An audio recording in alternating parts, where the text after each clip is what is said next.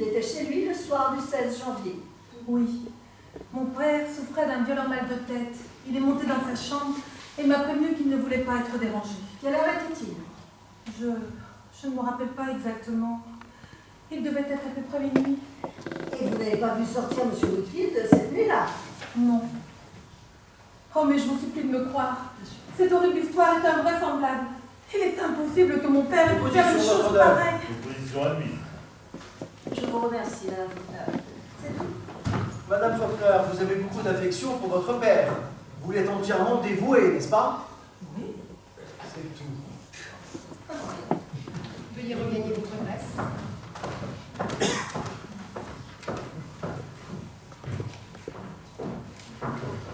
L'avocat de la défense peut plaider. Un instant. Monsieur Whitfield, j'ai demandé à vous voir hier, vous n'avez pas voulu venir. J'avais cependant quelque chose à vous demander. Je vous le demande encore aujourd'hui. Avant que le jury se retire pour délibérer. J'accepte toute la responsabilité. Oui, j'avoue le meurtre, j'avoue. Mais une seule condition, c'est que vous me disiez comment il est mort et quelles furent ses dernières paroles. Une pareille menace est ridicule. Se passe de commentaires. Si vraiment vous n'étiez pas coupable, vous ne feriez pas publiquement une pareille proposition.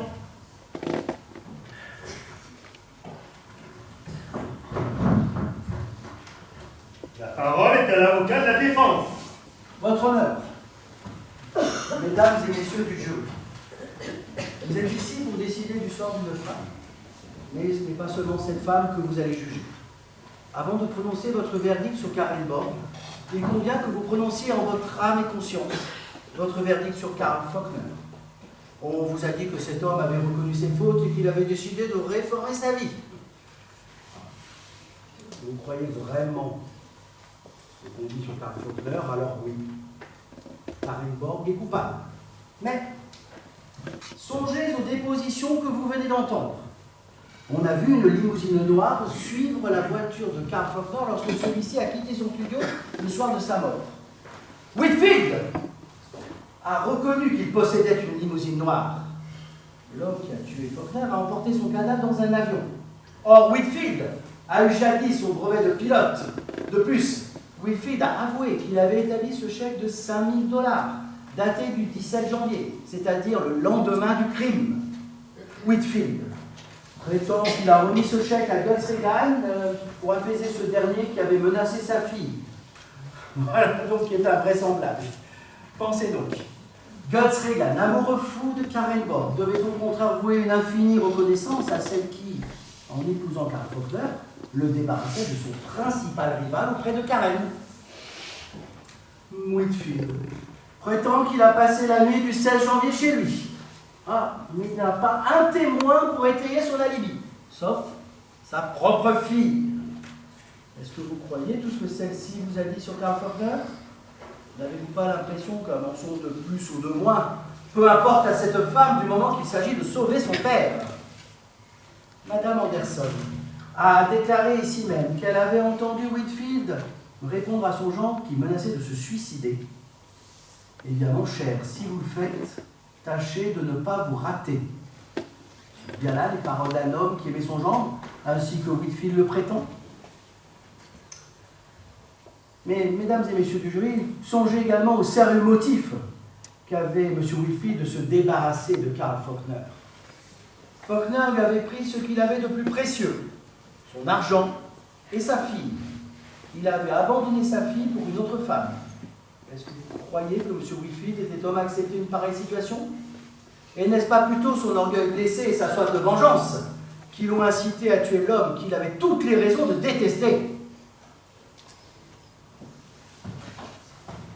Maintenant, regardez la femme que vous avez devant vous. Karen Borg. Cette femme dont la vie tout entière a été consacrée au service de son seul Dieu, l'homme qu'elle aimait.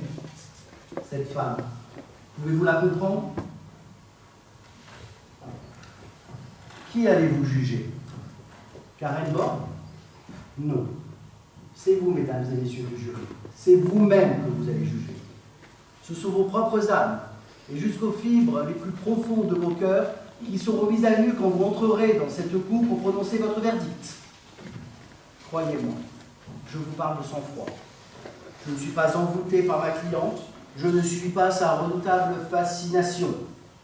Et c'est avec la plus grande conviction que je vous dis, Karen Borg n'est pas coupable.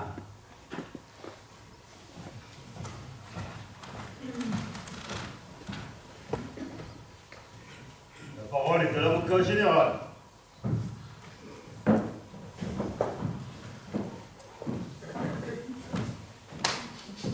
Mesdames et messieurs du jury, je suis tout à fait d'accord avec l'honorable avocat de la défense.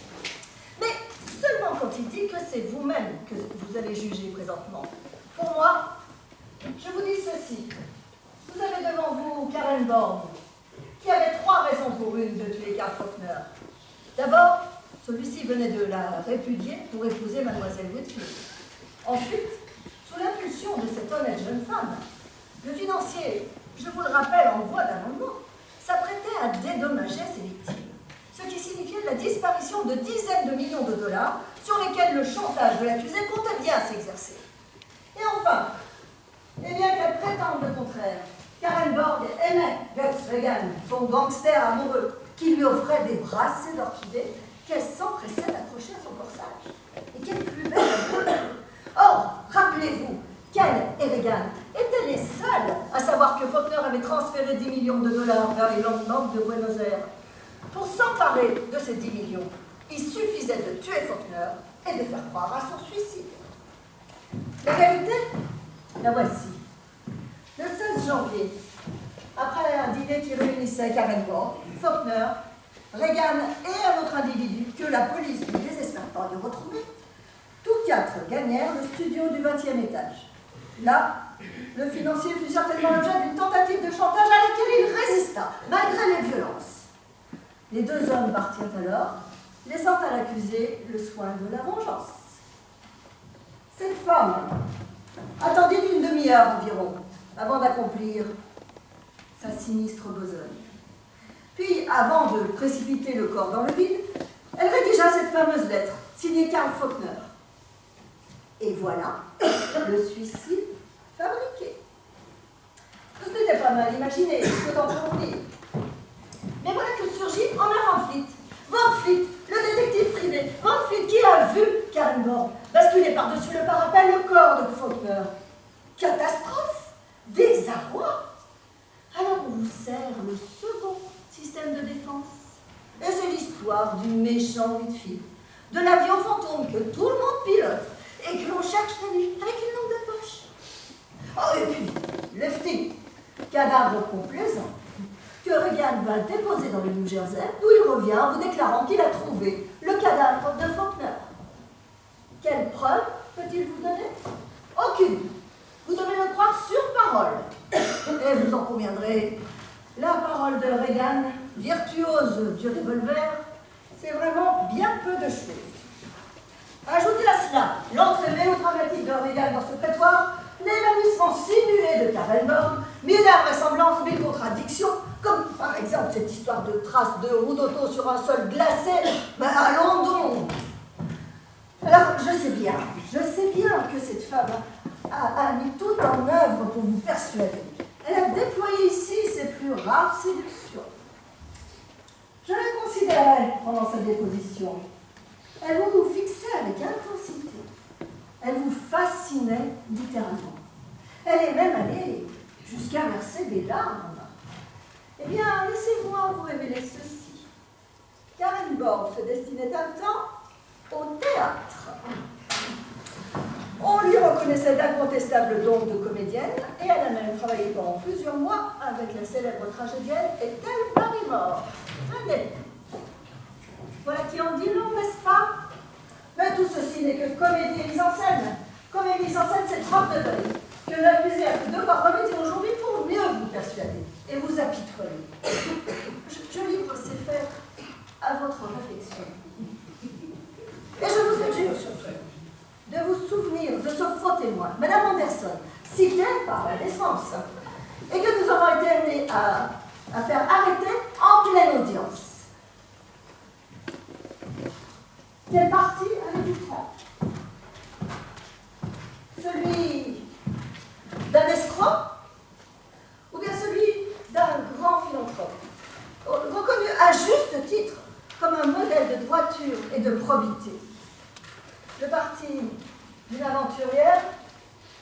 bien celui d'une épouse modèle.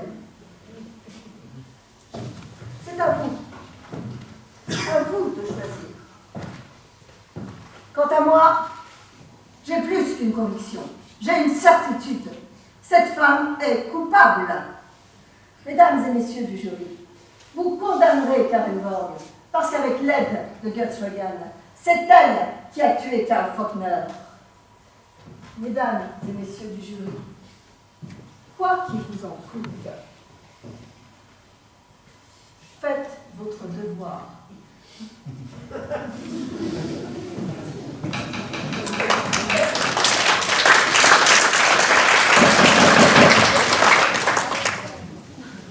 Mesdames et messieurs du jury, la greffière va maintenant vous accompagner dans le local qui vous est réservé.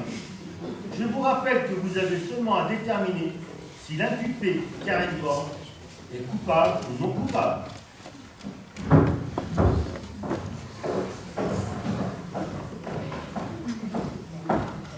Vous voulez bien me suivre?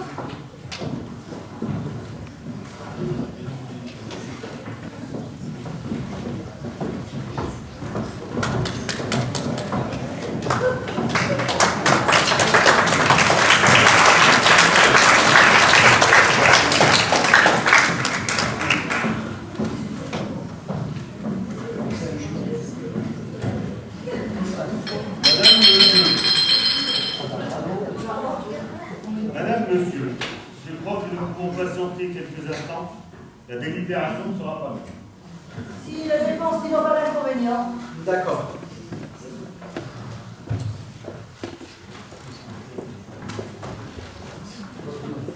Madame Anderson.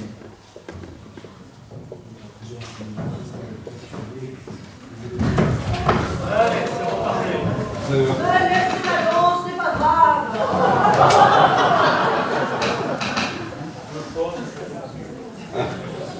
Quelle comédie. Cinéma. C'est plus la peine. Votre honneur, tous ces longs débats ont fatigué ma fille. Pouvez-vous nous autoriser à nous retirer? Monsieur Woodfield, je vous demande de patienter encore quelques instants. Bien. Bien, allez voir où en est les délibérations.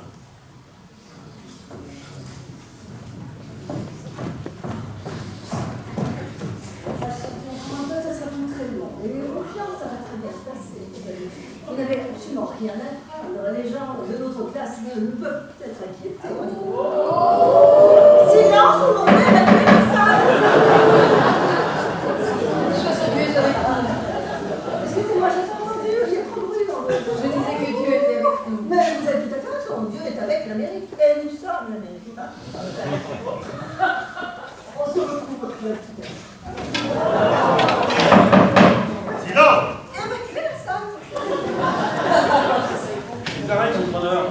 Parfait.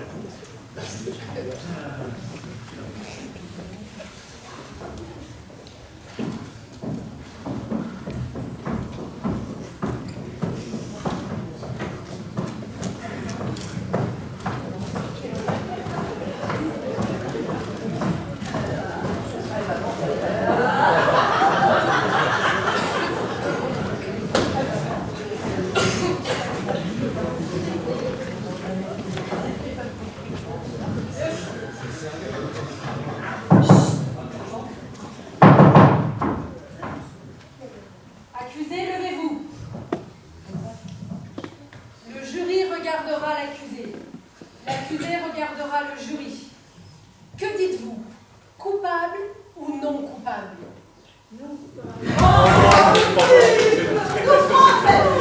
Mesdames et messieurs du jury, je vous remercie au nom de Carl Faulkner. Non, c'est levé! N'importe quoi. Monsieur Woodfield.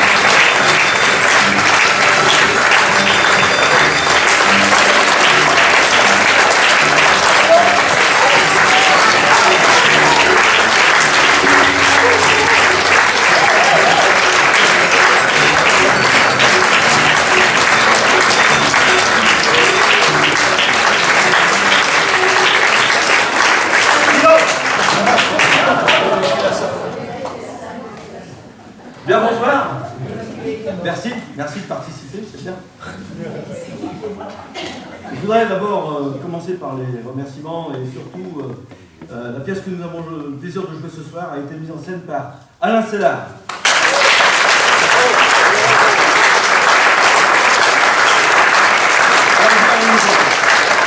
Il n'était pas tout seul pour cette mise en scène, il était accompagné de Laure.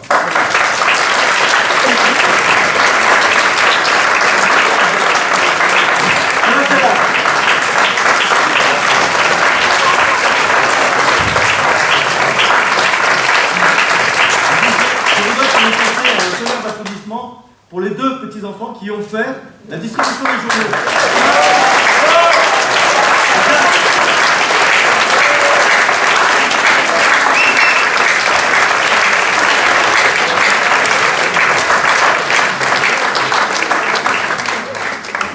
Bon, c'est pas comme tous les soirs, donc on va essayer.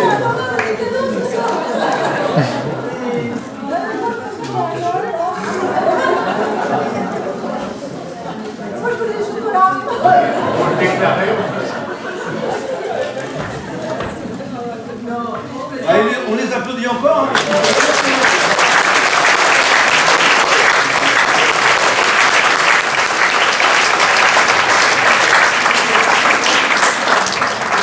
Bien sûr, il va falloir remercier aussi, parce que cette pièce, elle n'aurait pas d'issue si on n'avait pas des jurés.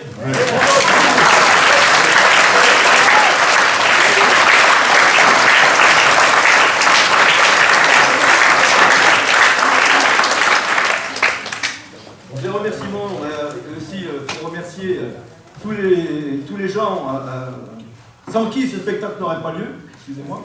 Donc je vais commencer bien sûr par la mairie de Cailloux-sur-Fontaine, parce qu'on a vraiment de magnifiques équipements que beaucoup de troupes nous envient. Voilà.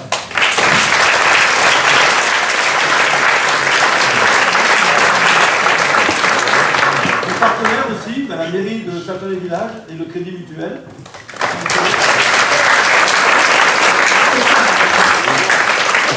Le comité des fêtes de Cailloux avec la partie technique assurée ce soir pour la lumière par Myriam.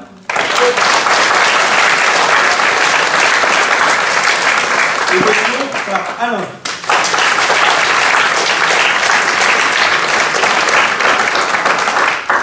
Qu'est-ce que j'oublie? Et les décors magistralement composés par notre président Jean-Jean.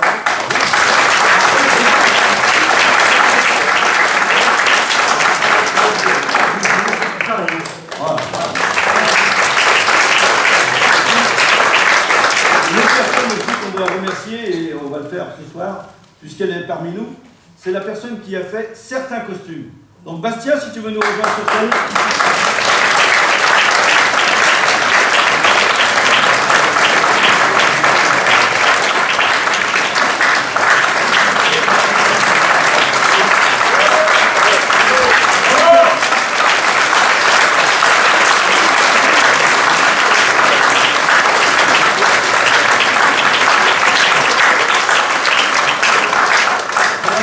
Bastien était donc au lycée d'Hydro l'année dernière et pour passer son examen, il a donc utilisé tous les costumes qu'il avait fait pour nous et il a réussi son diplôme.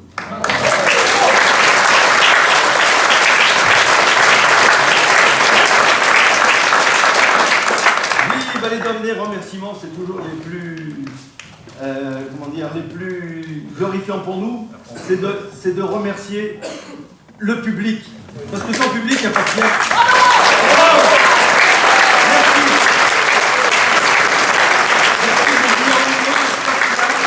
Ça nous fait vraiment plaisir. On arrive, on se bat avec d'autres spectacles qui ont lieu dans les environs et on gagne. Donc c'est bien. On va pas leur dire. Et donc pour vous remercier, comme toutes les années, comme toutes les représentations, la Serena va vous offrir le verre de l'amitié, ça va se passer au fond de la salle. On va juste vous demander quelques minutes, le temps de quitter un petit peu tous ces accessoires pour être plus présentable. Et on arrive pour vous remercier de vive voix autour d'un verre.